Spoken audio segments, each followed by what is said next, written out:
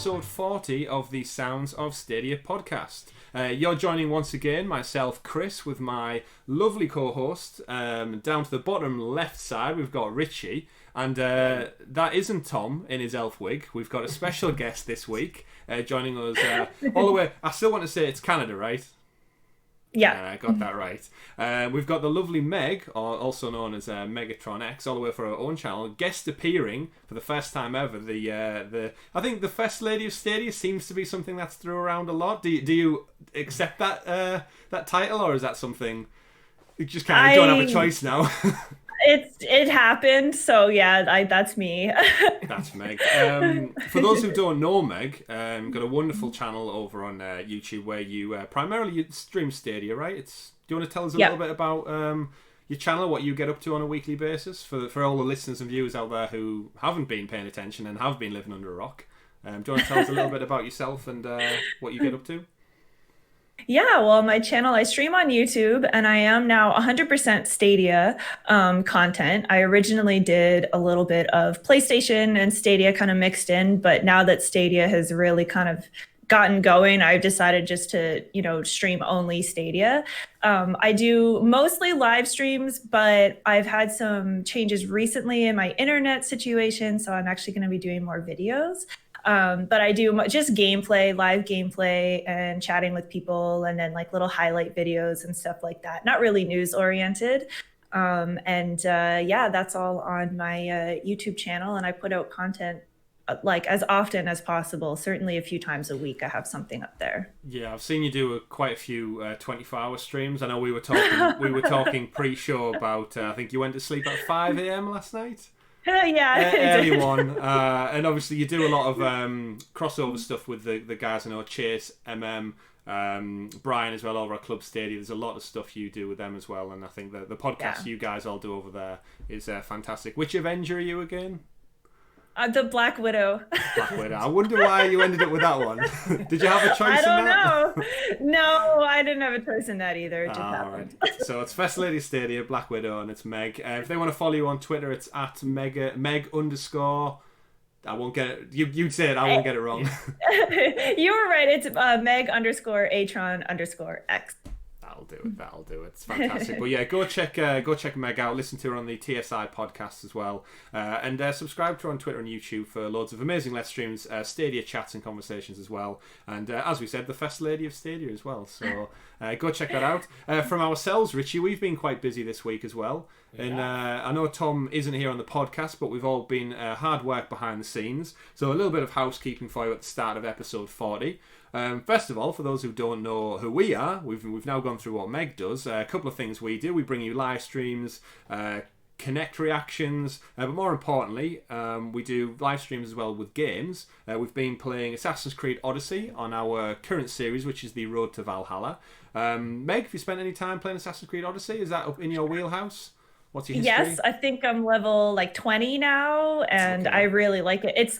It keeps getting pushed back, unfortunately, but I do every now and then I go back and play it again and again because it is a really good game. Yeah, I think the nature of games in general is there's always something new on the horizon, and we know with Stadia they love to drop content at any given moment, so you can go from being half buried in a massive open world game to there's something new and shiny to play, so we'll jump straight over to that.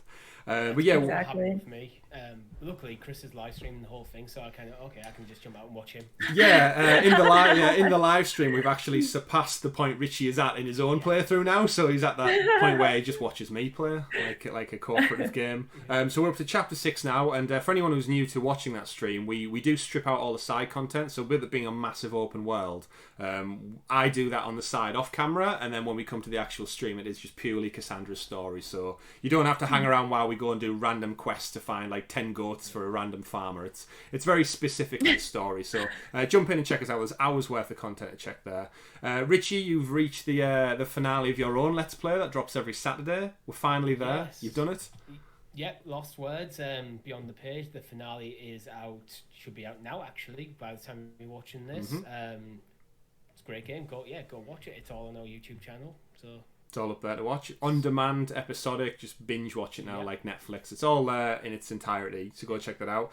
We also had a busy with one of your friends, Meg. We were over with on his own SSC podcast on Thursday, talking about all the uproar about the Stadia Community, Mixer, Cyberpunk, all that stuff that you guys covered on the TSI podcast as well. It just seems to be the topic of conversation at the moment, which I think, thankfully, our news week doesn't seem to be that highlighted by that. But the weeks just get busy and busy. I love this time of year because of how much gaming news there is. You can't scroll through social media without something new popping off.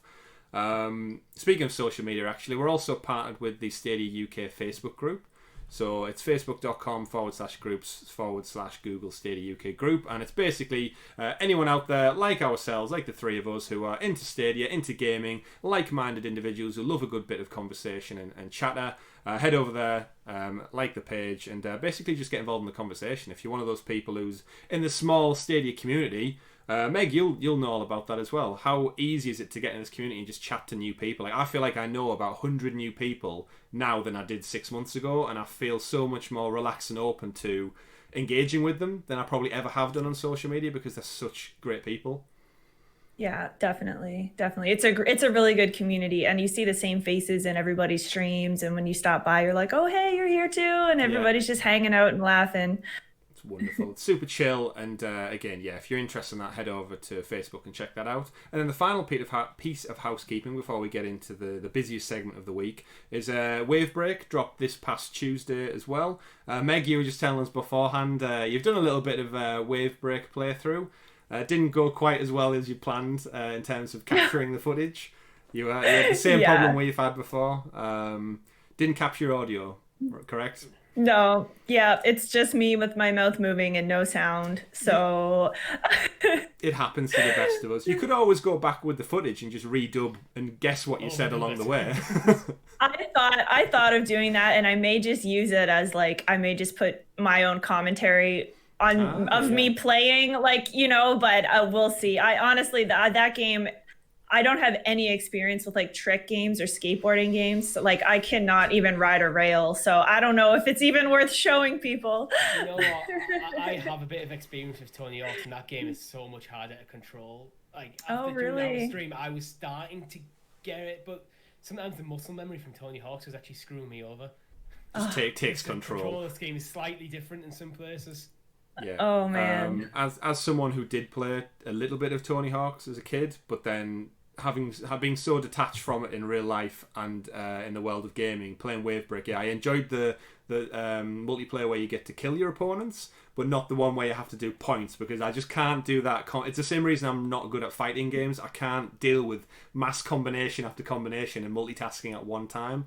I can't keep up with it anymore. But if you are interested in that 80s synth wave pop, bears on jet skis kind of action, head over to our channel, where we've got it's about a two and a bit hour, I think, Richie, we went for with Tom. Tom was there. Tom, just to prove Tom does exist, he was on the Wavebreak stream with us. We were all rocking some neon fancy Hawaiian shirts and sunglasses, making it all themed correctly. Really fun bit of entertainment to have, and you've still got them £10 free on Stadia to spend, so you can pick it up for a sweet price tag at the moment too. But that's it for housekeeping. So with Tom's absence, what I'd like to do is pass the opening for this next segment over to Meg. If you could introduce the super sexy special Stadia Stories segment, aka the news. There we go. Wonderful. Thank you for that, Meg. I believe you are the first I suppose one of us has done it, right, Richie? When Tom I've done it, I think maybe twice. You've done it twice, so I'm not gonna lie. The first time I had to do it, the first time Tom missed one, was about 20 minutes before the show, I was sat there saying it over and over and over again. Get it in your head. Yeah, well, Meg, you did say before it's a bit of a tongue twister. I don't want to mess it up. You did superbly there, so thank you very much. We may not even use Tom anymore. We might just audio clip that out and just replace his voice. When you mentioned about overdubbing, we'll just let Tom say it next week. But then when I edit the video afterwards, I'll just edit your piece over the top and confuse the hell out of everyone. But thank you for that. So, like you said, yes, we are in the news segment, the biggest chunk of our show, as always, because as mentioned, we are in the middle of a crazy summer of gaming, and the stories just keep on coming out. So, beginning of this week, we got I'd probably say that arguably the biggest legitimate news story of the week is we got our July Pro Games announced. really exciting. I felt like we got them really early this month, right? I feel like they've kept us hanging on till almost the last moment, and then these ones get dropped on, I think it was like 23rd, 24th. Still not far away, but a lot sooner than we thought. We've got the games in question. We got Creator, which we've knew for a while about, actually. I know a couple of people have been playing it or watching along with the channel. The creators themselves have been, the creators of Creator, have been showcasing this game for weeks now since its announcement. We knew it was coming first to Stadia. We've got it as a July Pro game. Meg, I'm really keen to get your thoughts on what you think of this game now. I know Tom's got really excitement levels building, hype for it. Richie and myself are really interested in doing like kind of community levels and making our own games within it. What's your take on Creator? Are you hyped? Yeah, I'm really excited for it. I'm so excited to see what the community makes because I've seen so many people with so many different ideas of crazy games. I have an idea for like a world I want to make, not necessarily a game, but I am really excited to play what other people are making and get in there. And there's lots of character customization, which I love. I love customizing my character and picking everything like that. And I think it's going to be really cool for all of us Stadia people to have like a social space to hang out. There's lots of like social hubs in there, and you can have up to like 20 people in some of the games. So I think it's going to be great for the community. Yeah, I think that's the big excitement of this game, is that you can make your own stuff however you want. And I think when we think of the games available on Stadia, aside from Destiny, I can't really picture a hub world where you can like socialize and join in with each other doing different things. I mean, you can do it in PUBG, but everyone just runs around hitting each other with pans and throwing apples at each other. There's nothing. And you get about 30 seconds. Yeah, you get a time limit. Yeah. But no, I'm really excited by it. What's your history, Meg, with kind of creative games? Like we said on last week's episode, we're really big fans of like it was The Sims back in the day, RTS games, making your own maps, making your own campaigns, fortresses. Enemy AI and creating your own skirmish missions. What's your history with games with like creation tools, respectively? Well, definitely Minecraft. I played a lot of Minecraft in my day. And The Sims. I'm a huge Sims fan. I've had all the Sims games since the first one. So I've basically been playing it like my whole gaming life. And I still every now and then boot it up, and like Sims is just awesome. And it's the same idea. I love building houses and customizing your people. So to be able to take that to a whole other level and actually make a game that people can play with you, I think is just so cool. Yeah, we touched on it a little bit last week. It said these kind of games that now seem to be popping up all over the place. I think Minecraft did kickstart that whole genre of just living that world. And we said almost the biggest element of the game itself is the creativity. You have unlimited resources to do what you want. And you see it a lot with Minecraft, that people just put hours and hours into it. And the enjoyment doesn't come from necessarily the gameplay, but the creativity side of it. And I think Creator is looking like one of those really big hype games that it's a modern version of Minecraft where everything doesn't have to be blocky. You can actually do your own rules, your regulations. You can control, I think they've said like your gravity, your weapons, your respawns, the actual behind the scenes mechanics that go into the actual gameplay, which is, it's a whole world of excitement, I think, waiting for people. And the fact we get it for free, huge. Yeah. It's awesome. That can't be denied. It's yet another free pro game that we get, another month of 4 games. That's crazy exciting. I know, Meg, you've got quite a big following as well in your chat on YouTube channels and stuff. Have you threw around any ideas with them yet about what games they want to make or get you to play alongside them? Yeah, a few people have told me some of their ideas of like a puzzle game or some that are more action-y. So I'm pretty basic, like I don't know how to do any coding or anything. So I'm gonna create like a map for like a team deathmatch or captures a flag or something like that. But yeah, definitely people in the community have big plans for this game. So it should be interesting. I mean, creating your own world gives you a nice advantage when you're playing against other people online. All the secrets. Have an entire loop of tunnels underground that nobody else knows about but you. Secret password. You could do that. You could do that as well. Tip the scales in your way. Richie, have you got any grand ideas for a game within Creator? No, not really. The thing that always excites me about these sort of games is not necessarily what people are going to create in the game itself. It's what it might inspire people to create going forward. So how many kids might be playing a game like this might be inspired to go into game development and create something like the next Last of Us, and this could be that starting point that thought, well, actually I can do game development, I've made a game. Yeah. Yeah. That's what makes me so interested and so excited about these games. Not necessarily what I'm going to do with them, it's what other people will. Yeah, I think I mean, as far as we used to be taught in school, Richie, in computer class, was I think we were shown like basic HTML coding for like a website or something, and like you're talking super basic, and like I said, now kids have the tools basically at their disposal for free. We've seen it with PlayStation, with Dreams, some of the recreations people have made in that, like the beyond some of the AA, AAA games already on the market by these massive studios.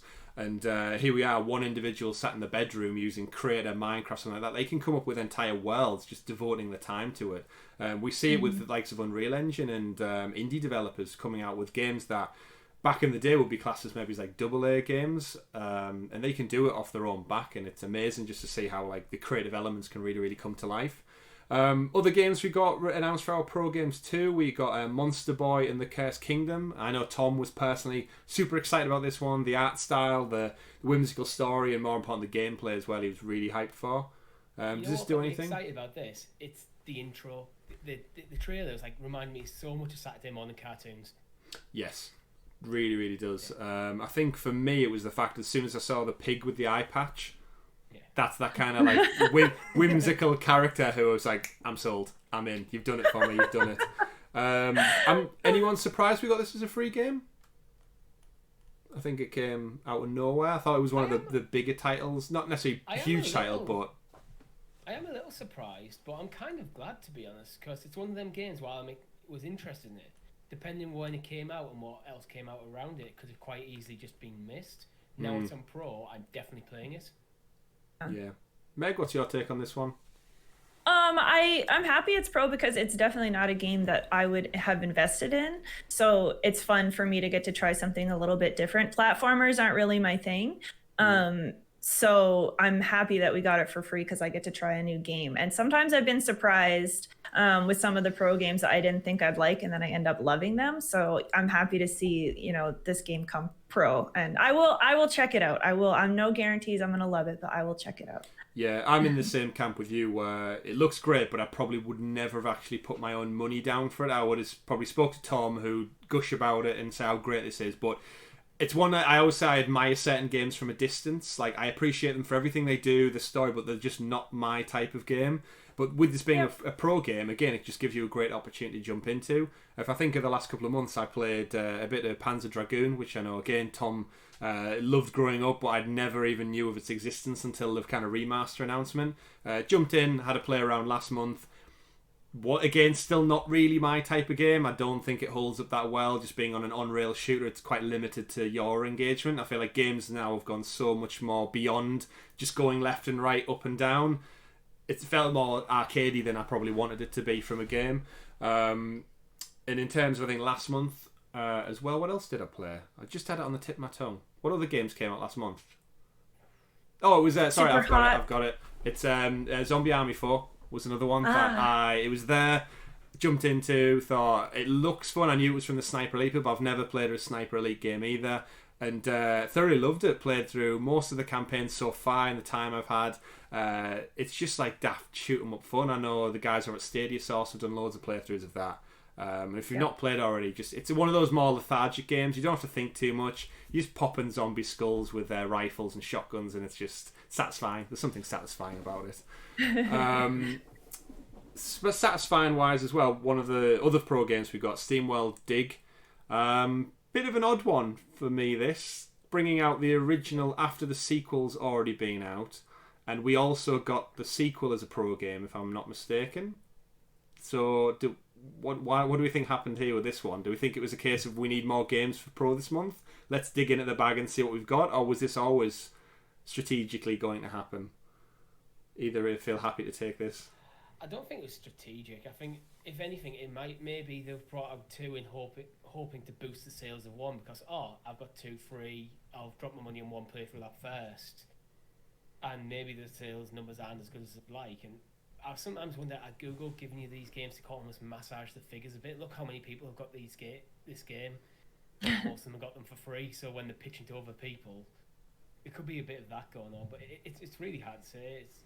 It feels like it's not even necessary in this month's pro games. Yeah, that I totally agree. Even if I think if we just got Crater and Monster Boy this month, that would have been probably adequate from my opinion. I know the internet have now conditioned us to thinking that you're going to get 4 months. I think the first month we generally either get just 1 or 2. There's probably going to be some upset out there.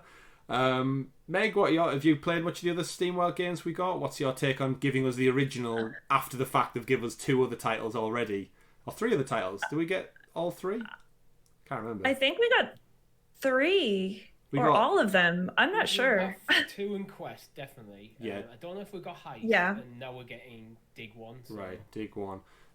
What's your views on this one? I wasn't energized. I tried a little bit of, I guess it was Steamworld Dig 2. And I played it once and then was like, yeah, I think I'll just move on from that. So I was not very energized to see that. However, some people in the community do really love these games and are excited. But I know that some people already did buy this one because they liked the second one. So they were like, oh, well, more, So there's always that kind of sadness of having bought a game that then comes for free for them. So hopefully some people are happy to get that one, but myself personally, I wasn't that excited. Yeah. At least the game didn't drop last month. Then a month later it was pro, they didn't get packed. Yeah, that was painful. That was a bitter pill to swallow, that one. I think, again, in my opinion, it just makes us kind of feel more reserved to making a purchase, especially on the indie titles.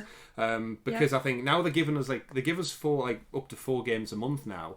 It's surely more games that were given as free than are actually added, it would seem, at some point. And we are reaching almost that saturation point where I don't think there's many games left from the Stadia library that we haven't had, outside of the top end Red Dead Redemption 2 ones.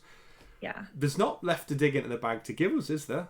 When I'm thinking, I think last we checked, Richie, there was 40 plus games, and I feel like we've had about 30 through Pro alone.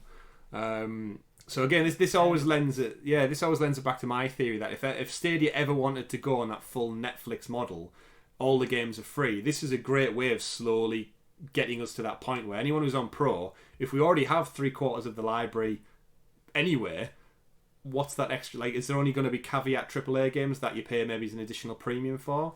But at the moment, I feel like every indie game is just going to be on Pro at some point, or every older game. At the moment, they're determined to keep the value of the Pro subscription nice and high, to entice people into that Pro subscription. Because bear in mind, there's basically no cost of entry for Google Stadia, and they want to make the money somehow. Yeah, they'll make a bit off the game sales, but if they can get $10 a month out of you regularly, it's a stable income. Very true. Yeah. Very true. That's the subscription model that every business strives for at the moment, isn't it?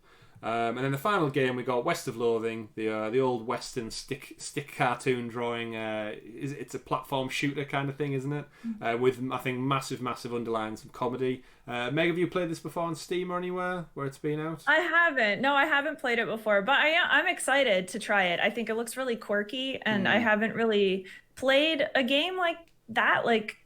It's stick people. I don't know. I find it kind of intriguing, and it's black and white. It's literally they just turned somebody's doodles into a game. So yeah, I'm gonna check that one out for sure. Richie, you've got a keen eye for this one, haven't you? Just because it's almost got that South Park-esque comedy level to it, where it's really dry. It doesn't take itself seriously. It does stand out, because of you're saying with the colour palette there, Meg. The black and white does transist against every other game in the entire games library. It's just so contrast to everything. I know it gets a lot of shit because it is black and white, and people think, oh, what even is this? It's not even a game. It looks more like a Flash game you would get back in the early 2000s. It does. But it's in our libraries now. Will be anyway. There is more than just black and white. Health bars are in red. Oh, okay. 3 colours. Okay. 3 colours. Okay. It's not just black and white, so this leads me on to a question I'll give the two of you then. With us getting all these games kind of month after month after month, and our libraries expand constantly, do you guys hope that eventually Stadia implements something where we can hide the games from our library? Sometimes you get a free game that you don't want, you don't like, and it depends on how maybe meticulous you are. Personally, if I have if someone gets me a DVD or a game, I've got one, so on my collection behind me on the movie collection, someone bought me, I think it's 21 and Over, I think is the name of the movie. Didn't want it, never saw it. I think I got it as like a gift because someone meant to get me the Hangover or something movie instead. And I ended up with it, and I don't want to throw it away because it was a gift, but I've hid it behind the other disc so you can't see it in the actual thing. And it's just one thing where I don't want to throw it away because it was a gift. But in terms of like the library, I'm one of those people where if I look through my Stadia games list, there are a couple of titles in there which I never would have bought. They don't interest me, but I've got them for free, so I've claimed them. But as time goes by, would either of you two maybe want the option to hide it from your library, or is that just me being too particular? I don't necessarily think you need to hide, but some sort of inventory management, some sort of folder system, whatever it is, so you can filter out games. So, especially as your library gets bigger, because theoretically, Stadia is not going to suffer the same thing with like a generational reset, where you get a nice clean library. If you think of like something like Steam, if you're PC game for years, I've got hundreds of games in my Steam library.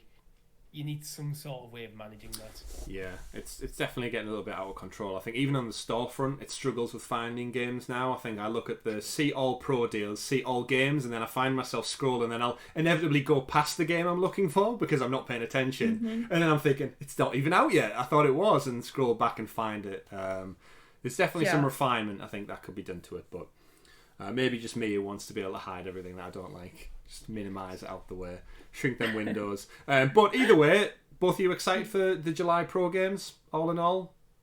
Did you want more, possibly? Or was there any titles that you weren't expecting?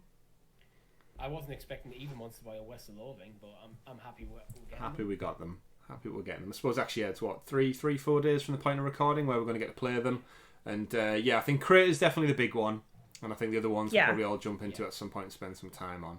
But that's another month, and for all we know, at the Connect they could drop. It wouldn't surprise me if we get another drop at the Connect for like a big game. I mean, we got PUBG at the last one, right? So we're going to get 4 free games, and I wouldn't be surprised if come the 14th of July we get like a surprise. And it's available now. And everyone flips out on the Stadia community because we get maybe another Apex Legends game. Who knows? Something like that. Speaking of games coming to Stadia and the Connect, I suppose, that ties quite nicely in with the next story we've got of the week. We've got kind of 2 games that have...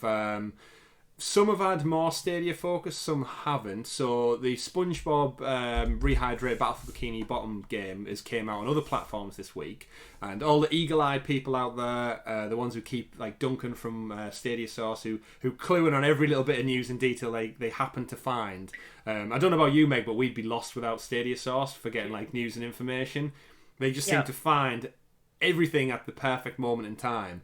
One of them from this week was the trailers for the SpongeBob release, the kind of launch trailer. It had the Stadia logo at the end. Yet here we are, don't have it. The theories begin. Back to CyberPunk marketing once again. It's there. It says you can pre-order. There's the release date. Alas, here we are, trying to scroll through the Stadia storefront to find it, and it's not there. I mean, this means it's coming, right? 100%. I think. What are your takes? I think it's going to come. It's delayed, obviously, but I mean, they wouldn't. I'm sure they didn't put it on there randomly, but it is. I know there are people in the community who do get frustrated with stuff like that because they're like, well, if it's there, why didn't Google tell us? But I think that I know there was one, I think Ember, that game, they didn't actually know exactly when it was going to release until quite close to when it actually came out. So I think sometimes they're like, yeah, we are building, we are porting the game to Stadia, but we just don't exactly know the date it's going to come.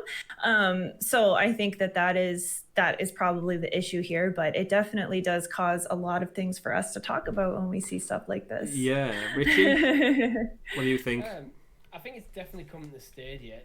It is slightly problematic that the Stadia logo is on the splash screen that actually says out now, and it's not out now in Stadia. Yeah. But I'm not overly concerned about that. I think with the delays generally on porting games to Stadia, I think a lot of these developers, we have to remember, have never done this before. They don't know what it takes, how many resources, how long it's going to take or anything. So there's kind of a bit of an unknown quantity there. So, we can get this game over there, but we don't know when.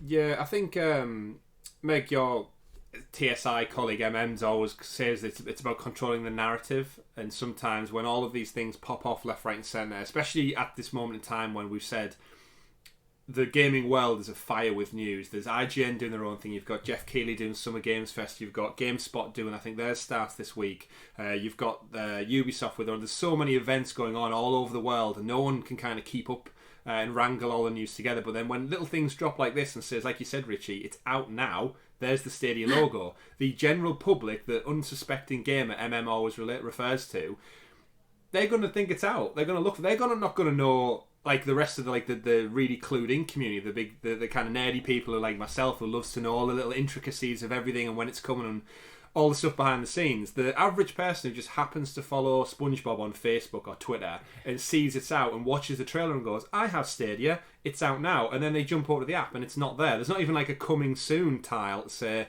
the countdown to when it's released. There's no pre-order option on Stadia, which we know. Well, I mean, there is now, but you know what I mean. There's no coming soon splash page on the app, and I think it does unfortunately lead to people having conversations, and rightly so in my opinion, getting a bit frustrated with why don't we know about this. And I think it does lend me again to think that means we're just getting it held back for the Kinect. It's going to be an announcement. It may even be like out now. That might be one of the stealth drops, and I'd be, for some reason I can just imagine someone up at Google's hierarchy saying, oh, we can get you SpongeBob day and date with everything else, and Stadia go, but we do have a Kinect in a few weeks. Tell you what, put a pin in it. We'll come back to. We'll talk about it later on. And the guy's like, it's done now. Like we can just. It's good to go. It's as good to go as Gods and Monsters was earlier in the month. But the guy's like, no. We just keep it quiet. And here we are again. It's slipped through the net. We know it's coming to Stadia in theory, and it's just a bit of a mess still with marketing and conversations. And my worry there is then that kind of takes a bit of the hype away from the Kinect if it ends up being just full of stuff that we're already aware of. Yeah, like if we I mean, we know we've theorized about Apex Legends coming. I know Eddie and Chase on their kind of after show of the Kinect reaction, the EA reveal, they theorized straight away about it was coming, and they found the news from the Washington Post where the EA press told them it was coming, but then they had to retract that and that tells me it's coming. So I just hope the Kinect isn't filled with, oh, guess what's coming to Stadia, and everyone's like, oh, we already knew. Guess what else is coming? Oh, we already knew. It's just kind of, like I said, it kind of pulls the rug out from under the impact they probably want to have land. But all this goes back to, again, the marketing team and the PR department not getting things quite right. I'm hoping for a big bang from the Kinect. I've said for the last few weeks now since we knew about it, I hope they have something to show, otherwise I don't feel like it's necessary doing one. I'm liking the thought that they've put this date in the calendar to say we have something big to reveal, otherwise are we really going to benefit from it? Is the likes of IGN and Kotaku going to pick this up as a big news story if there's nothing relevant to show, or is it just another one of them Stadia streams that it reveals games that are already out, and games like SpongeBob aren't really going to pull in, especially because it's getting average reviews. It's not going to pull in the numbers to Stadia that you'd ideally want. You need some big tentpole games to showcase how much of a low entry point it is to play games. Another good one for me that I'm hoping, fingers crossed for, is Crash Bandicoot 4 was announced at Summer Games Fest. Now, I'm a massive Crash Bandicoot fan. Richie, you know this already. Meg, where do you sit with the Wombat? What's your take on Crash? Got a long history, or you said platformers aren't really your thing, so... No, I have not played it, and I know that it's really popular, though. A lot of people talk about it like on my streams and my chat and stuff, and they're really hyped for it. So but me personally, no, it's not really my thing. In fact, I think when I was subbed to PlayStation Plus, I even got it for free, one of them, and I didn't even play it. So I'm sorry to say that to you, but it's true. That's fine. Everyone, for me partially, just because I grew up with it, it was like one of the first games I had on the original PlayStation, and I think naturally I'm at that age now where anything back in the day, nostalgia, it just super appeals to me. In terms of the game coming out, though, it's not. I don't want it to necessarily be Stadia news, but the reason I shared this in the news doc this week is it led to Activision saying they're open to it coming to other platforms. So in the actual article itself, that came out and said it's going to come out on PlayStation 4 and Xbox One. There's no concrete word yet on PC and other releases, but Activision did say it's evaluating additional platforms for the game, which we've theorized a lot in previous podcast episodes about what Activision's relationship is with Google. They've got big deals going on behind the scenes with YouTube, and they've spent millions in kind of like dealing up that. I think the Call of Duty annual kind of esports competition is now exclusive to YouTube. There's all those kind of things popping off, and we know big companies, they rely on Google for their metadata and all that kind of stuff. So there is stuff going on behind the scenes. We know the big partnerships like EA and Ubisoft are now playing ball with Stadia. So I think the child in me is like, fingers crossed we're going to get some kind of... I'd love to see the Kinect with an Activision partnership. If they drop something like Warzone and Crash and the Spyro trilogy and all those other titles that they deal with, I think there's a lot of fire there to really make the Kinect like go out with a bang. Am I being crazy, Richie, or is that wishful thinking? I think you're being a little crazy, to be honest. No. It's very. I hope you're right, but there's this very little chatter about Activision and Stadia. YouTube, and the thing we need to remember is, YouTube and Stadia are both owned by Google, but they are effectively separate companies in their own right. And while there's probably conversation there, I think Activision will probably look at the install base of Stadia and then weigh up, is it worth the effort to bring these over? Yeah. The evaluation that the article refers to about it coming over platforms is probably more performance related, I would have thought. I'd imagine Switch is definitely a big one in there. Will it run? Can we get this to run well on Switch? Yeah, that's the ironic thing. Like the Crash trilogy and the Spyro trilogy are available on Switch, and as we know now, Apex Legends is coming to Switch, and it doesn't pay me anymore knowing how well Stadia can run AAA games. And yes, they come later to Switch inevitably. They have The Witcher 3 running on Switch, for God's sakes. And here we are with like essentially all the cloud server blades in the world able to run through your Chromecast, through your browser. We know it works. All three of us have a channel running off the power of Stadia. Yep. And we don't get the titles. And I think it's these discussions that I kind of fingers crossed, toes crossed, everything crossed is... It has to happen at some point. The dam has to break where either it's viable enough for Activision as a business... But more importantly, how much can Google, with all their money and all their data power, just tighten the screw on Activision a little bit and say, like, look, if you want future partnerships with us, you need to kind of help us in this one. It's kind of like, come on, help us out here a little bit. I know it's mostly about money, but they've both got enough of it to surely share around and make this a thing. Blue sky thinking, I can dream. I'll be hyped at the Kinect if you see Crash walk out. That's done for me. I mean, that would literally make no matter what happened before the Kinect at that point, that would be an awesome event. Yeah. Just for the connotation, that means Activision is now bringing stuff to Stadia. Yeah. That is a big reveal in itself. Yeah, I mean, even then, it's just another. I think it's a string to the bow for Stadia to say like we've got big players. We've seen like the smaller consoles like the PlayStation Vita and stuff. Rest in peace, died off the back of the lack of support from third party. Like if you don't get EA on board with the sports titles, if you don't get Ubisoft, if you don't get Activision on board, you miss that cycle of games where everybody, the casual gamer who plays them as an annual basis, they go out every year and buy this game. You're missing that market, and I think if you've just got exclusives or you've just got niche games or older games in the case of Stadia and the Switch, it's missing that big drive that keeps the industry ticking over. Like if Stadia didn't have CyberPunk coming this year, in an entire year of the platform, I should say, being out, we'd have had Avengers, Borderlands, and Doom as the only big games. That's it, which is it's not great for as you said earlier in the show, Meg. Games just come out, you get distracted by something new. I think all three of us we're always looking for what that next thing is. That's the nature of the industry. Fingers crossed. I hope you're right. I hope I'm right as well, Richie. I'll be hyped. I'll be hyped for it. Speaking of surprises, I've added a story to the doc. I don't know if you can see it, Meg, but it's a story that we probably should touch on this week. Was the announcement from Microsoft, Mixer. We all stream on YouTube. Mixer going, I should say. Out of the blue, out of the green, I suppose, if it's Microsoft. Going. They're partnering with the Facebook Gaming. And just like that, everyone who has their little communities over there, the streamers, the people who, like ourselves, rely on their audiences, they all get shunted over to Facebook Gaming, I believe. They've got some kind of cash incentive for like maybe a month or so. What's your take on that? I think, Meg, do you stream solely on YouTube, or do you do Twitch as well to a degree?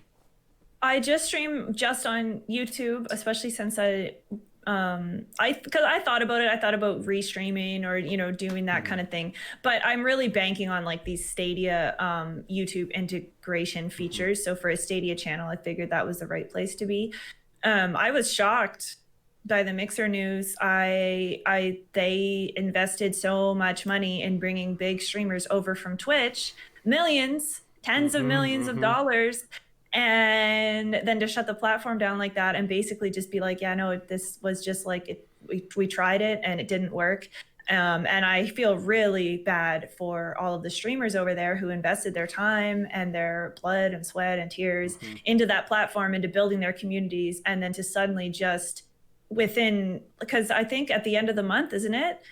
So it's in July. It's like in July. Time frame. Yeah, with like a month's notice, they're just like, okay, you're out. Like, I think you even need more notice to get evicted. Like, it's just like it's just crazy, Well, I mean, I guess that's worse. But yeah, no, I feel really bad. So I actually hope they all come to YouTube. I know they're trying to do this partnership with Facebook Gaming, but I think I want them to come to YouTube because the more the merrier. But we'll see what happens. Yeah, you mentioned big money there, and I think like Ninja is just he's just swooped one of probably the biggest payouts without doing anything. I mean, I personally think it's crazy how much money he gets anyway. I'm sure like well deserved from his end, but when he signed up for Mixer, and it was like a 30 to 60 million pound contract for like exclusivity on Mixer.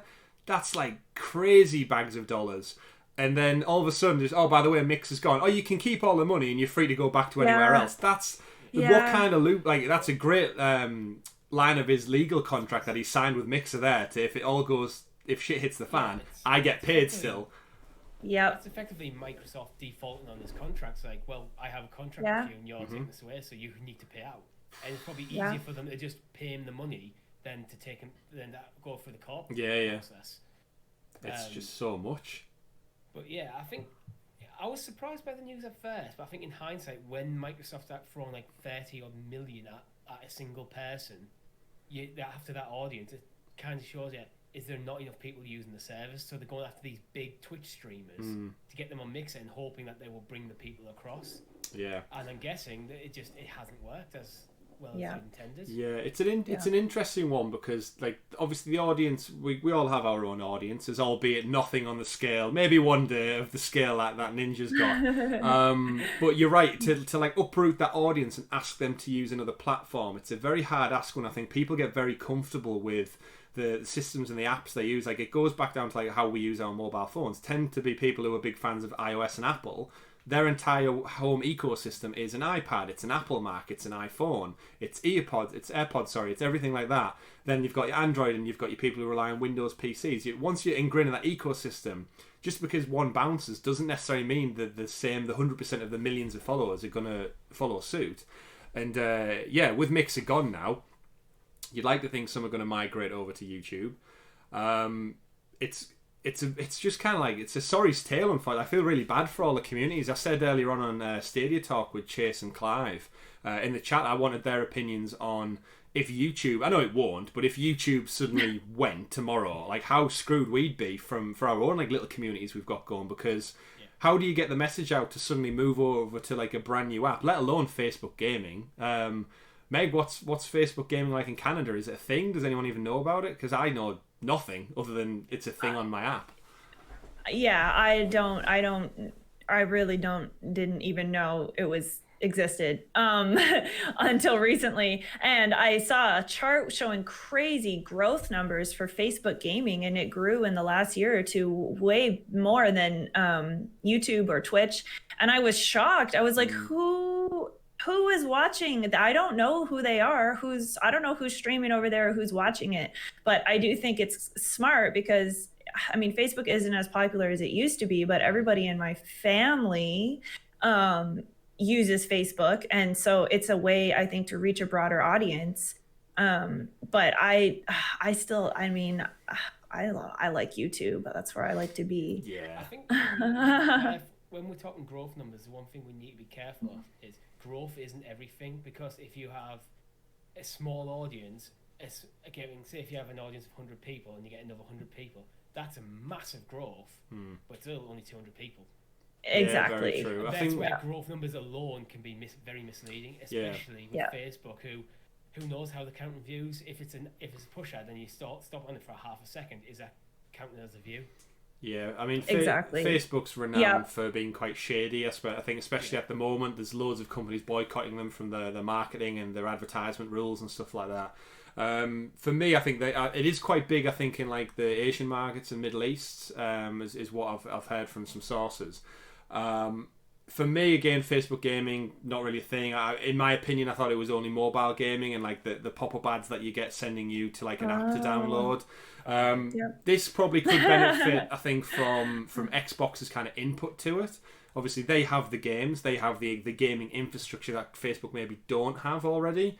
And I think with xCloud being on the horizon, I think we should all be wary of that launching and having that Stadia-esque integration they've told us about, where you're going to scroll through Facebook, there's a game advertisement, there's the link, click to play it now, and bang, xCloud loads up. Just like we've been promised is going to work for Stadia, yet we're still waiting on that. Maybe at the Connect. But it seems like Richie, we spoke about on MM's show. It seems like a clever business strategy for one, mixers not doing the numbers they want. What better way than just to strategically partner with someone who has all the data, who has all the statistics? I'm sure they would have loved to go to Google for all that, but guess what? They already have their own platform to promote. Makes business sense in my opinion, but it's a hell of a lot of money to pour down the drain as well. I think it's Facebook. They have a lot of money to pour down the drain, and well, I think the Microsoft links does give them legitimacy, where I think Facebook gaming people go, as mentioned, mentioned Farmville, that is the perception of Facebook gaming. But now if you're seeing something like, I don't know, the next Halo, you're just scrolling through your Facebook feed and there's someone streaming Halo. Click in. It's very interesting to see how this will be regulated going forward, because in my opinion, if I was Google and I owned YouTube, I just want to put every gaming ad you see should be Stadia. Yet legally they're not allowed to do that because it's in their own interests and all that kind of thing. But then now Facebook gaming, like you said, Richie, if they're going to push xCloud, who's going to regulate? Because like I know all these big massive companies get loads of shit for not paying tax and stuff globally, and they make more than most countries do in like a financial year, that's crazy to think in its own right. And yet here we are, and now they're all kind of intercrossing and intersecting with their own business ideas, and it's just stuff we'll never really know. We just have to let it get on with itself. What we need to remember about YouTube and the Stadia integration is they have plans to have kind of, you're watching a trailer, you're watching someone else play a game, one click and you're in. If you've seen a trailer that's cross-platform, that one click takes you to the Stadia version. So they are going to have a massive advantage there when that's fully integrated. Yeah, that's a good point. Yeah. Like I said, I think the biggest thing is it does add a bit of legitimacy to Facebook gaming. If it's Facebook and then you've got the Xbox logo, everyone knows what Xbox is. Whereas we said on MM show, we'd be surprised if you went out onto the high street right now, Meg, even though it's on lockdown, you went out and you asked people from a safe 2 meter social distance, do you know what Stadia is? What would you say out of 10 people? How many out of 10 would you think would even have a clue? Honestly, probably none of them. I don't think any random on the street. No, nobody would know. Yeah, I'm with you there. I think you'd be lucky if you got one, and that's a bad sign. Yeah. Maybe we should have partnered with Facebook Gaming Stadia, as in we just go with them just to get the talk of the town. Get a nice tasty contract with Mixer, then the have to pay us out. Yeah. Oh yeah. I wonder if Ninja now becomes exclusive over to Stadia. Could you imagine? He'll be back on Twitch by the end of the month. By the end of next month. He'll take his money. He's exclusive. He's done. As soon as the platform's gone. Yeah. So he just goes back over to Twitch. Back to his original home. Yeah, I think I'd just retire if I was him. A cool 60 million in the bank and everything else on top of that. How old is he? How old is Ninja? You can keep doing it because you love it. So is he he must only be in his 20s still, Ninja, right? Yeah, he's like 25 or 26 or something like that. Awesome stuff. We should start years ago, Chris. Yeah, we should start many moons back. But speaking of time, anyway, we'll move on to our next story. We have kind of two big gameplay elements, two new hands-on previews and footage dropped this week for two massive games. We've got CyberPunk, which we won't go into the trials and tribulations of release dates and day and date and coming by the end of the year. We still have no update on last week from that, but Meg, we'll get your quick take while you are here with us along for the ride. Do you think it's coming day and date on Stadia, or do we think it's going to get pushed back even further into 2021? I don't think it's coming day and date. I do think it will still be before the end of 2020. I was really hoping all the delays would mean that Stadia would have a chance to catch up, but I think the delays are just carrying over into getting it ready for Stadia. I would be amazing if it could come out day and date. There's been so much speculation and people are so excited for this game that I just think it would be such an easy way for people who want to play the game but don't have a console or a PC that can run it to play. And that would just be so great for Stadia. Unfortunately, I don't think I was hoping that by the time we hit like the year mark of Stadia launching that we would be getting all the games day and date, but it looks like we're just not quite there yet. Yeah, we've joked out in the week that the biggest irony is that its new revised date is on the date of Stadia's 1-year anniversary, and it's not going to be there, and we were promised it at the beginning, and it's like, it's such a kick in the teeth if it's not there. Yep. Yeah. Richie? My thoughts 100%. The only thing, I don't necessarily need it day and day. I just want to know what the time difference is. Is it going to be a day? If it comes out the next day, I'll wait a day. If it comes out 2 months later, I'm buying it on PlayStation. Yeah. Wow. It's that roadmap. It's that clear roadmap we've spoke about forever. So all the press and the news outlets and stuff seemed essentially to get a hands-on preview of about an hour or so. I've watched a couple of bits of gameplay, and again, it looks just as good as I anticipated it to be. I've seen a few people saying you can tell it needs a bit more polish, which I think on a game of this scope, I am not surprised. I know they've delayed it 2 or 3 times now. I'm not surprised it requires a bit more time in the oven. The biggest thing for me, which Richie, we touched on pre-show before Meg joined us, a lot of the press got hands-on with this from obviously their homes. They're all working from home. An interesting caveat for that was me is they played it using GeForce Now, which obviously in the world of cloud gaming is one of Stadia's rivals. Obviously, with it being delayed on Stadia, we knew it was never going to come across to that. It's a bit of a shame they weren't allowed to showcase it on Stadia. Could you imagine if all the CyberPunk press people were all sent a Stadia controller and they got basically an access code like Eddie did with Gods and Monsters or Orpheus a few weeks back, and they just said, here's your little Stadia press kit. Maybe he's even give them like a cool yellow CyberPunk Stadia controller just to like add a bit of hype to it. Here you go, press, all the infinite outlets in the world. Because you're working from home, obviously we can't get you all in one room and showcase it, but here's your press code, jump in, you can have 3 hours with it, play around, and then every story out there right now about Cyberpunk will have been, we played it on Stadia, it ran amazing. It's such a little thing that I wish could have happened, and instead now a few people that I've listened to said, we played it on GeForce Now, it works surprisingly well, my shitty old PC ran it really, really well, and all that's doing is adding to GeForce Now working, which we know works. Yeah. But I think for me, it's given more strength to my argument where I think the reason that it's delayed on Stadia is because they're going to finish the other versions then port across. I think this is probably why they're not using Stadia, because that version doesn't yet exist. With using GeForce Now, I've said before, I see GeForce Now as a utility. They've got the PC version on their servers at full on settings, and then sending out the press. Here's the code. You can just tune in and play, and it's just easy. And they don't have to worry about sending physical media or sending codes. And do you want people reviewing this game on the PS4, PS5 version? I'd imagine they want people on the PS5 version for the reviewers to get the best possible experience. So this is probably just the easiest way that they could do that. Yeah. It's one of those things. If you just took GeForce out and put Stadia in, I think it would just have added such a nice little sweet story to. Yes, it's delayed on Stadia, but look how well it runs to all the press who've maybe probably not even covered Stadia for a few months now. Like they only really pick up on the big stories. But the other day I watched an unboxing of the Last of Us press kit, and it came in like a metal chest, and it looked absolutely phenomenal. I was like, I want that.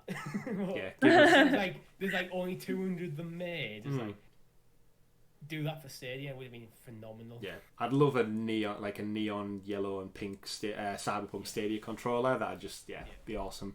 In terms of gameplay though, you two, did you get a chance to check out some of the new footage, some of the new kind of gameplay elements, mechanics? Any new takes on it, or are we just as hyped as ever? I did see a little bit of it. I thought that the game looked really good. The Night City thing vibe is very dark. It seems very adult, like the dark humor and really dark themes that they're dealing with. So I do think it's kind of a very intriguing looking game, and the graphics looked really good. Like the people, it seems really vibrant and alive. The city, like the people seem really dynamic and interesting. So I think it's going to be a cool world to check out. Yeah, I agree. Playing back to The Witcher, and like one thing CD Projekt Red done so well is make that world feel real and lived in. This seems to be doing it on a bigger scale. Yeah.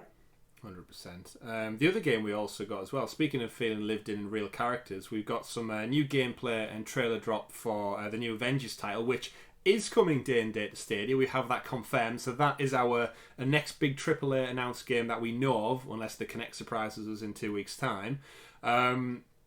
I feel like I've got new information on this, and my new take on this now is it's very much aiming itself to be the Destiny of kind of superhero games, the way you get all your breakdowns, your varieties of armor. You kind of seem to run raids or strikes or levels as a combination of different heroes, and you can customize yourself in such an intricate depth.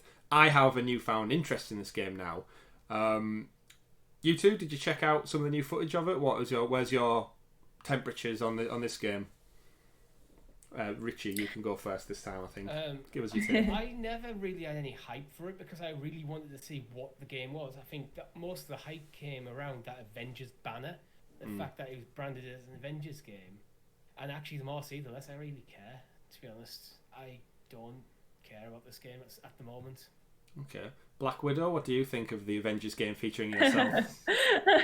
I'm a little bit on the fence. I saw some of the footage. I didn't watch the entire kind of spot or reveal that they did, but I did watch some of the gameplay trailers.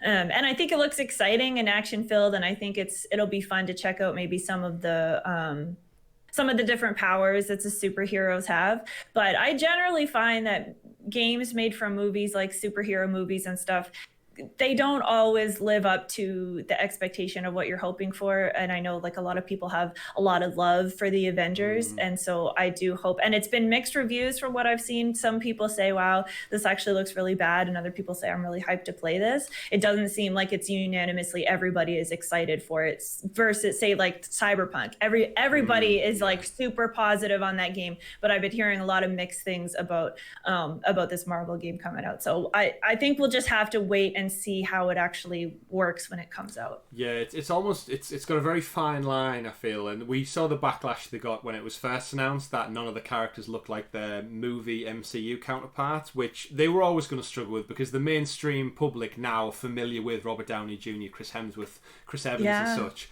And as soon as you plaster that Avengers logo, like you said, Richie, the hype builds up and they hear the music and all that, and then you see them, it's like, it's not really like, without intentionally realizing it. Again, I've always referred to it as like things like the Lord of the Rings movies. Anything that's not the movie counterparts, I don't feel like I can relate to them as much because that I fell in love with it through the movies essentially. And I think MCU is like that for a lot of people now, a lot of Marvel fans. The only one they ever really seem to get away with is Spider-Man because the suit looks the same in any way you draw him, but he's not in this game, I don't think. So because Sony has the rights, so it's a bit of an awkward position to be in. They have said they're going to add new heroes and a lot of customization. It sounds like there's no microtransactions as such for anything other than customization elements, which I'm glad they came out and said. The weird thing for me is always that Square Enix doing it. It never seemed like a type of game that would be in their wheelhouse.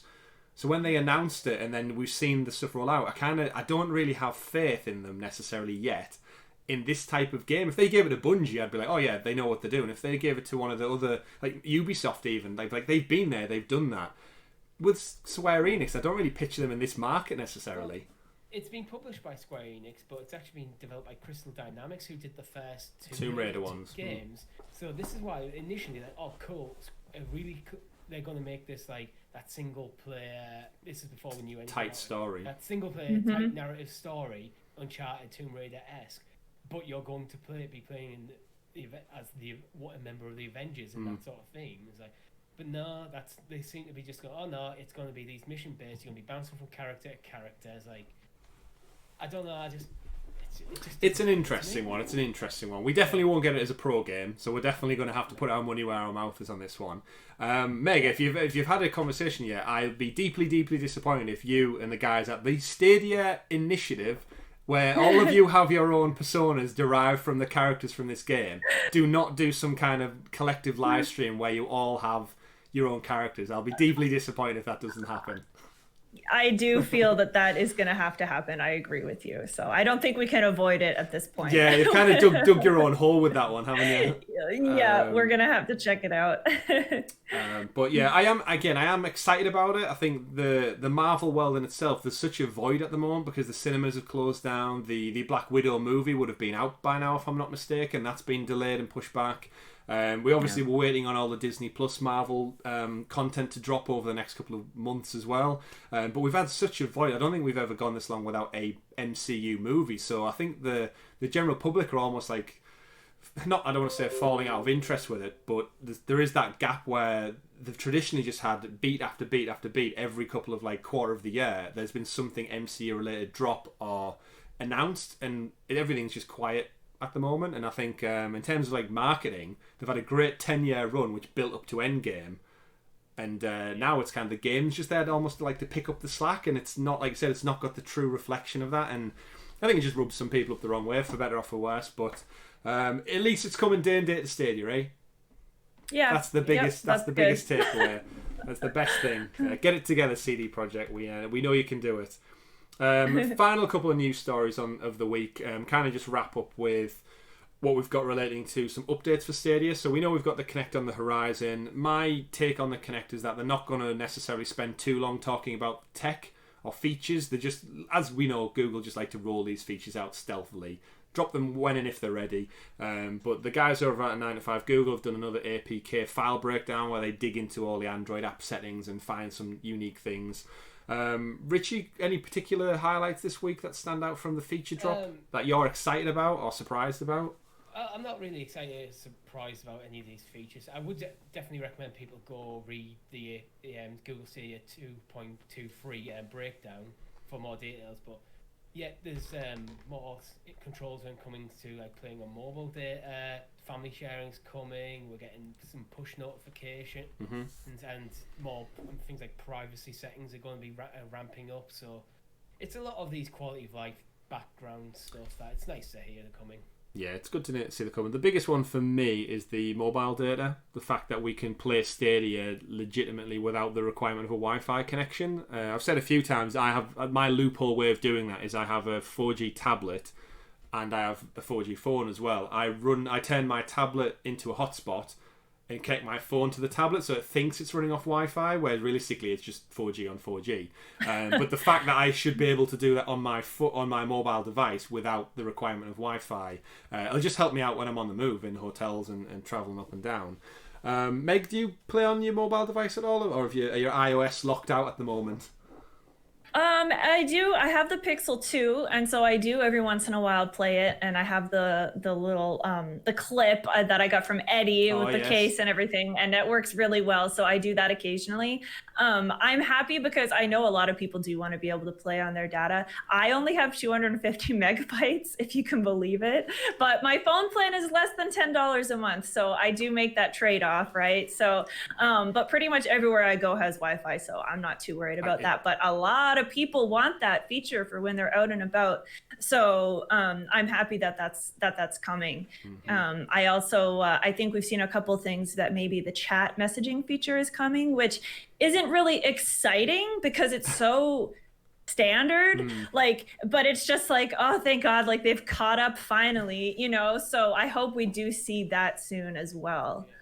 Yeah, there's a couple of new ones. I think family sharing is an important one because I think even very, very early doors for Stadia, there's a lot of news flung around saying if I buy this game and I have just like multiple people in the household playing it, is it fair that my son can't play upstairs on the one Chromecast and I can't play on a Chrome browser when I bought the game? And it kind of falls back on the same rules and regulations PlayStation and Microsoft do.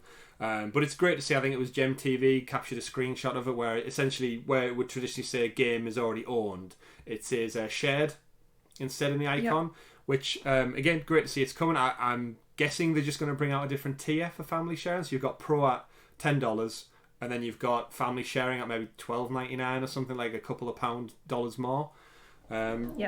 Richie, any takes on that one for family sharing?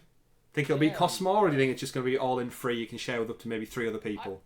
I hope it's kind of share up. Maybe you have to register more. Like maybe you get like 1 or 2 accounts that you can register as just as part of the pro subscription, and maybe have it so you can pay extra to get more or something. Yeah, that's the model I personally would go like. Yeah, almost like Netflix and Amazon, where you can limit it to like 3 other registered devices at any given time can play, but like you maybe limited to only playing 2 at a time, but you can have other devices registered. It's great though, like you said, Meg, to see these features finally coming about. Like chat is a big one. I think Richie, you, me, and Tom have only ever used the official like Stadia chat once for the Division 2. And I think after 5 minutes, we all bounced over to Discord instead, because it was was appallingly poor. From the audio quality, the controls on the Chromecast Ultra just did not work or function. And especially when we've had like what a decade's worth of playing Xbox and PlayStation now, where it just works. You just connect up to your party and you're good to go. And yeah, it seemed like such a backward step. So it's great to see that they are working behind the scenes and finally bringing us a bit up to date with some, I want to say modern features, but they're not really modern. They're just kind of like... They're not modern at all. They should be standardised features, but it's good to see they're rolling them out behind the scenes. And yeah, that kind of... I mean, other little features they brought out this week. The Google Assistant now works in game, so you can press the little Google button on your the Google Assistant button on your controller and tell it to open up a game. It's a bit of a weird one because you have to be in the game for it to work. So then you're basically just switching between games. I've had it for a while with my home speakers, where I can say, hey... blah blah, or play Red Dead Redemption on the living room TV, and it'll boot it all up and get ready to go. You still have to pay a controller, so it kind of defeats the object. You still have to log in with the controller, but it's getting there. It's getting it out there, and it's making it as most accessible as possible, which I think is always a good thing to do. And other than that, final news for the week, ladies and gents, is the 2 Metro games Stadia announced and out live. They're good to go. Meg, what's your history with the Metro games? Love them, hate them, don't really care? What's the... I have mixed feelings. I like survival games, but I don't really like kind of scary, creepy, kind of gruesome games, which this Metro kind of borders on. And I just kept getting... I meant to play the one that we got, Metro Exodus, that we got as a pro game like months and months ago, and it literally just keeps getting put on the back burner, so I haven't even played it yet. So I'm not super excited for these ones, and people were kind of like, okay, here they are, not super hype. But you know, I know that people in my community were happy to have them and kind of play them a little bit, but I think that it was just like, okay, these are ready, here you go. You know, Google didn't really make much of a big deal of releasing them either. Yeah, I think our take on it, Richie, if you would like to check our take out, we actually dropped a video yesterday we played through Metro, and it was a free game back in February, the last time we were all allowed to see each other in the same room. We did like a weekend live stream, so with the Metro games coming out, if you're interested in any of them, we've clipped out the first kind of 3 hours of the game, playing alongside together. So if you look in the video and think, why are they not social distancing? It's about 4-month-old, ladies and gentlemen, don't worry. We are not in the same room together. Just look at the length of our hair. That tells you how we're not in the current world we live in. But we played it for 3 hours. You can get our take on it there. I think the biggest thing for us, Richie, is we're a bit disappointed in like the kind of the final version of the game. For Metro Exodus being the latest one, it had such good things going for it, and then other things just kind of let it down in terms of like the story, or the way the game evolved. The gameplay wasn't as probably fluid as we wanted. Some beautiful moments, some great storytelling, but then, like you said, Meg, on it tries to lean into the horror, but it never quite commits, so it gets lost kind of what it wants to be, almost. Yeah, I think the sort of games that either into it or you kind of not, and I was not really into it.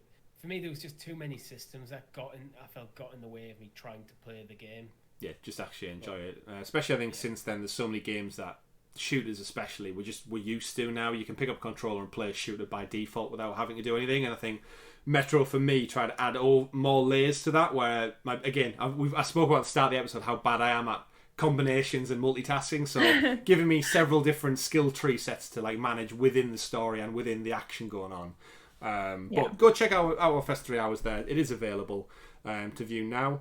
As we wrap up the show, we've got a Patreon question brought in as well. Speaking of the Stadia features we just touched on, Ashley, one of our patrons, wrote in at patreon.com/Sounds of Stadia, just like you can if you want your topics and questions read out for the show. And funny enough, she lost her Stadia controller this week, which led to a very specific feature that she'd like. She would love to be able to ask Google to find my controller. So if anyone's lost their phone in the past, all modern phones now, you can find my iPhone, you can find my Samsung phone through a search app, and it shows you where it is on a map. Or more importantly, in the house, if I lose my phone, I can tell my speaker to find my Samsung, and it makes it ring. Even if it's on silent, it makes it come alive and make a noise. Could you imagine a little Stadia controller like trapped behind the couch doing a little jingle for you and you can find it there? Well, there's no speaker built into the controller, but you could definitely make it like vibrate. Oh, yeah. Or a version of the Stadia controller with a little speaker or something. But yeah, I think it's a brilliant idea of just further integration into like Google Smart Home system. Yeah, get it all in there, make it light up, make that little orange light on the front whiz around until you can find it. But off the back of that, she asks also, what specific features would you like to see to come to Stadia in the future, which I think ties in nicely with kind of our short question for you, Meg, before we do wrap up. What would you like to see from the Stadia Connect, whether it be features, games, big announcements, tech drops, like what? So 2 weeks' time, we get our big reveal. What would you like to see? What are you hoping for? Features, definitely. The last Stadia Connect was just games, and that was awesome, and I was hyped for it. But we have been hearing about these fancy Stadia features that are only available because it's cloud and all of these integration with YouTube and this stuff, and we haven't really seen any of it yet. So I know that Creta is launching with State Share Beta, where you can just kind of create a link and send it to your chat or your friends or whoever, and just with one click they're put right into the game you're working on or that you're playing already. So that's kind of the start of it. I also know that Wavebreak has a message somehow that will pop up and say something about broadcasting the game. And I'm really hoping we see this direct to YouTube Stadia streaming feature come in. For myself personally, because of my internet issues right now, it would be amazing. I could get really back into live streaming and making that type of content. So I'd really like to see some of those features, as well as crowd choice. I would love that. I would love if they dropped that at this Connect, where you're in a game and you're faced with a choice and your viewers can basically vote on what's going to happen. And I like to do that kind of informally and like give people the choice and either do a little poll in chat or just see what's the most popular answer is. But to have that actually built in, I think would be so fun. So I really hope, and I also think that we're going to have Apex drop during, just like they did for PUBG. I know everybody says that, and I think that with that EA kind of they accidentally said it. So I'm pretty sure like that everybody is saying that that's going to happen, and I really hope it does, because Apex is going to have crossplay with everything. Yeah, and Stadia needs that so badly. We have crossplay with PC in a few games, but we need to have a game that we can play with Xbox, that we can play with Switch, even it's coming to Switch, so that people are seeing Stadia players on other platforms, playing with their friends on a free game that's available on any platform. I think we need more of that kind of stuff to come to Stadia. And I also predict they're going to drop a big game that no one saw coming, that possibly we've never even heard of, that is exclusive to Stadia. It might be a little early for that, and I could just be wishful thinking, but I really think they need something big like that to kind of really make a big splash in gaming for this summer. Interesting. Yeah, going back to the crowd choice stuff, I just thought of how cool that would be if you're streaming something like a Telltale game and you're really playing through it with your audience. The Telltale have already done that within the games. You can make decisions through your phone devices. But yeah, I think loads of great features, announcements there, Meg. Fingers crossed for like big game drops. Even if we are years away, they could have rendered a lovely, like, gorgeous trailer and something like Unreal, the new Unreal Engine, just to showcase something in the future, a couple of concept bits of art, just something to tease us, I think, and say, look, you do have a AAA exclusive game coming down the pipeline, and this is like our sneak preview of what it is. I mean, they've got to have been working on some of the games for like over half a year now, so they've got something, but is it ready to show off? We can dream. We can dream. Exactly. And Richie will save your predictions for one of the later episodes where we're going to do pizza bets. I think we have to say Apex is off the table because it's not really fair if we all say whoever gets Apex seems like a shoe-in. Yeah, we'll all share pizza for that one. But yes, thank you for those predictions, Meg. And that, ladies and gentlemen, brings us to an end of today's show. It's been, once again, we've gone over the hour mark. We always will now. I don't know why we keep referring to it as an hour-long podcast because we've not done it ever, whether with guests or without. But I just want to say a massive thank you to Meg for joining us again. Before we do wrap up, would you like to just tell everyone again a little bit about your channel, where they can find you, what you're up to at the moment, once your internet's fixed? So it's youtube.com/MegatronX, and I do Stadia live streams and Stadia gameplay videos. My next video will be dropping on Monday, which is June 29th. It's going to be a sneak peek look at a new game that's coming to Stadia that actually has not been released yet. Ooh. So keep an eye there. And for things I do not on my channel, make sure you follow my Twitter, which is Meg_Atron_. Lovely. And Richie, do you want to plug anything while you're here? No, I'm good. No, just say that. Nice and easy. That's all right. I'll plug the channel. So don't forget, ladies and gentlemen, the Sounds of Stadia podcast, which Richie is a partnership of, he's forms of, is bringing us the another Assassin's Creed soon, probably be coming out this Thursday as well. So keep your eyes peeled for that. Tom, once he's set out his moving date, he's going to do some more Elder Scrolls stuff, so keep that checked out as well. We've got some probably secret stuff in the pipeline for what our next Let's Play series will be. Now, Richie's wrapped up with Lost Words. Don't forget to head over and check that out. But as always, keep it locked to our Twitter account, which is just @SoundsOfStadia. And if you haven't already, like and subscribe the video down below. We'd massively appreciate your love and support. And if you haven't already done so, head over to Meg's channel again. Check her out. Check some of our live streams out, especially this exciting new game that you've just teased to the world right now. That's coming. Not even announced. Can't wait to see what that is. But once again, massive thank you for me. Thanks for filling in for Tom this week. It's been an absolute pleasure to have you on board. Thank you to everyone who's watched. My name's been Chris. I've been Richie. And I'm Meg. Yes, you did it better than Richie or Tom usually does in the episode as well. We've been Sounds of Stadia, everybody. Thank you very much for watching. Thank you very much for watching. Have a great week and then play some games. See you all soon. Goodbye.